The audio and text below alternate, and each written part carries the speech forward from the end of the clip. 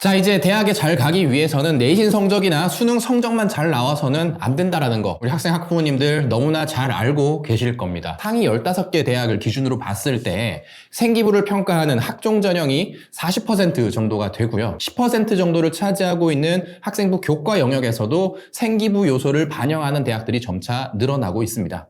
또한 이 정시에서도 서울대를 필두로 해서 학종적 요소를 반영하는 대학들이 늘어나는 추세를 보이고 있습니다. 깜깜이 전형이라는 얘기를 많이 하잖아요. 생기부의 중요성이 나날이 높아지고 있는데 생기부를 어떻게 대비해야 되는가, 이 학종을 위한 활동 어떻게 해야 되는가, 여기에 대해서 너무 모르기 때문에 아무런 대책 없이 학교에서 준비해주는 대로 끌려가면서 이 생기부를 준비하는 경우들이 많은데, 학종에서 이 생기부의 어떤 요소를 평가하는지 평가자들의 평가 기준을 여러분들이 알 수 있게 된다면 훨씬 더 효율적으로 학종 생기부를 준비할 수 있게 될 겁니다. 그래서 제가 오늘 입학사정관들이 실제 이 생기부를 어떻게 평가하는지, 어떻게 활동을 하면 되는지에 대해서 알려드리도록 하겠습니다. 스터디코드 연구소에서 수많은 데이터들을 모아서 학종에서 평가하는 4가지 평가 항목을 정리를 했습니다. 이 4가지 평가 기준만 알면 여러분들이 어떤 대학에 지원을 하든 정말 좋은 평가를 받을 수가 있습니다. 이 4가지 평가 기준이 뭐냐? 첫 번째는 학업 역량, 두 번째는 전공 적합성, 세 번째는 인성, 네 번째는 발전 가능성입니다. 조금 더 구체적으로 설명을 드리도록 하겠습니다.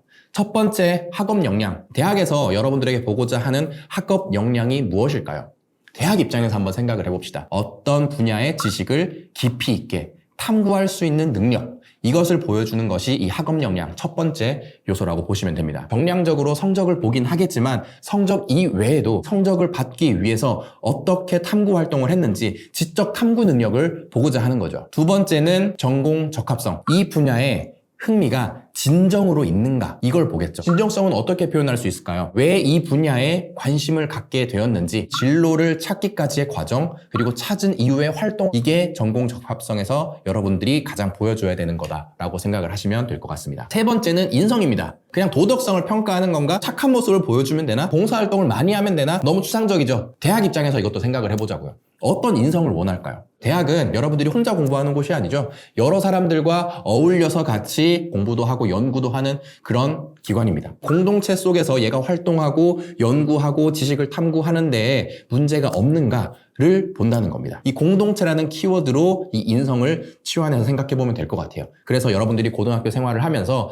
내가 공동체 활동을 함에 있어서 이런 장점이 있습니다. 집단 내에서 문제가 생겼을 때 저는 이렇게 해결을 할 수 있습니다. 이런 역량을 보여주면 되는 거죠. 마지막, 발전 가능성. 대학에서 보고 싶은 발전 가능성은 이렇게 보면 됩니다. 어떤 문제 상황이 발생했을 때 이것을 해결할 능력이 있는가, 극복할 수 있는 능력이 있는가, 이것들을 보는 것이 이 발전 가능성입니다. 4가지 영역을 제가 말씀을 드렸죠. 학업 역량, 지식을 탐구할 수 있는 능력, 전공 적합성, 이 진로에 대해 관심을 갖게 된 이유, 그리고 관심을 갖고 난 이후의 활동. 세 번째는 인성, 공동체에서 내가 잘 적응할 수 있는가. 네 번째, 발전 가능성은 뭐죠? 어떤 문제 상황을 극복할 수 있는가. 이 4가지를 평가자 입장에서 생각해보면 어때요? 대학 입장에서 어떤 학생을 뽑고 싶겠어요? 우리 학교에 와서 열심히 공부해서 좋은 성과를 낼 수 있는 학생을 뽑고 싶겠죠? 이 관점에서 보면 제가 말씀드렸던 4가지 능력이 다 이해가 되실 겁니다. 그래서 여러분들이 앞으로 고등학교에 올라가서 하는 모든 활동은 이 4가지 능력 중에서 내가 이번에 하는 활동은 공동체 능력과 발전 가능성, 문제를 극복하는 모습을 보여줄 수 있겠구나. 이번에 하는 활동은 특정 분야의 지식을 탐구하는 능력을 보여주면서 진로랑도 연결되니까 전공 적합성 2가지를 보여줄 수 있겠구나. 이런 식으로 어떤 활동을 통해서 어떤 능력을 보여줄 수 있을지를 항상 생각하면서 활동을 하시면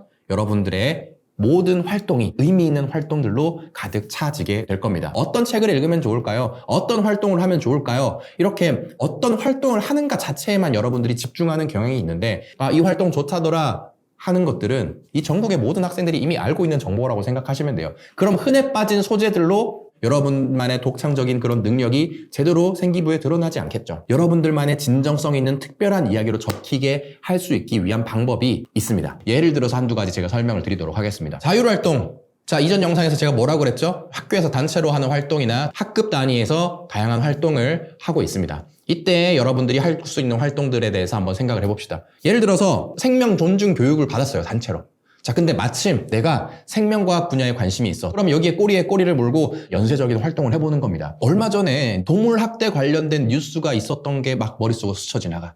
자, 그럼 그걸 연결을 시켜 볼 수가 있겠죠. 생명 존중 교육을 받고 관심이 생겨가지고 제가 동물 학대 관련된 기사를 스크랩 해봤습니다. 동물 학대에 관련돼서 사람들이 어떤 포인트에서 분노하는지 의견들을 분석을 해봤어요. 근데 어떤 사람들은 이 동물 학대에 대해서 굉장히 분노를 하고 어떤 사람들은 분노하지 않는다는 사실을 발견을 했습니다. 왜 이런 차이가 발생할까라는 의문을 품게 되었고 생활과 윤리 시간에 배웠던 생명윤리 사상에 대한 생각이 떠올랐고 그 분야를 깊이 있게 공부를 해봤습니다. 공부를 해봤더니 인간 중심 사상과 동물 중심 사상, 사상의 차이에 따라서 사람들의 의견이 나뉠 수 있다는 것을 저는 알게 되었습니다. 여기까지만 해도 그죠, 충분히 생명에 관련된 관심이 있구나, 이런 사회 분야에 대한 내가 관심이 있구나 라는 걸 보여줄 수 있고 생명윤리라는 지식에 대해서 깊이 탐구하는 모습도 보여줄 수가 있겠죠. 저는 여기서 그치지 않고 다른 친구들에게도 이 생명윤리에 대해서 그리고 동물 학대에 대한 문제의식을 좀 더 알리기 위해서 학교에서 어떤 캠페인을 진행했습니다. 이런 활동까지 또 연결이 될 수가 있겠죠.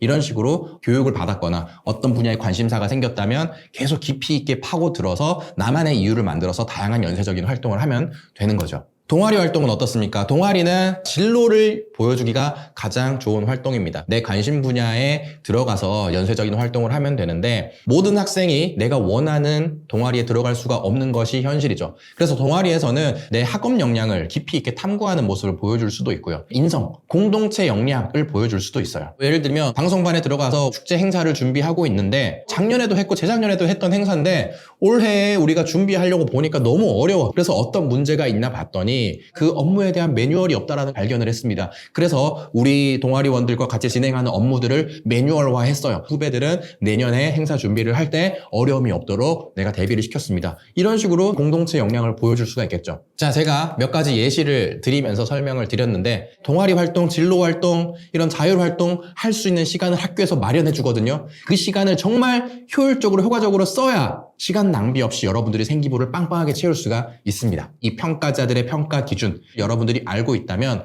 고등학교에 올라가서 정말 좋은 평가를 받으실 수 있을 테니까 오늘 영상을 잘 참고를 하셔가지고 고등학교 생기부 대비를 하시길 바라겠습니다. 오늘 빠르게 제가 설명을 드렸는데 더 자세하게 알고 싶으신 분들은 스터디코드 다른 영상을 참고를 하시거나 너무 혼자서 하기가 어렵다, 내가 어떻게 활동하면 좋을지 좀 전문가에게 상담을 받고 싶다, 이런 분들을 위해서 스터디 코드에서 생기부 컨설팅 프로그램을 마련해 둔 게 있으니까 그 프로그램을 이용해 보셔도 좋을 것 같습니다. 오늘 영상에 대해서 궁금한 게 있으시면 또 댓글로 남겨주시고, 제가 오늘 창체에 대한 얘기를 많이 말씀을 드렸는데 이 세특도 굉장히 중요하지 않습니까? 이 세특에서 어떻게 활동을 했을 때 효율적으로 아주 내용이 잘 적힐 수 있는지 다음 영상에서 또 다루도록 하겠습니다. 자, 그러면 오늘 영상은 여기서 마치도록 하겠습니다. 감사합니다.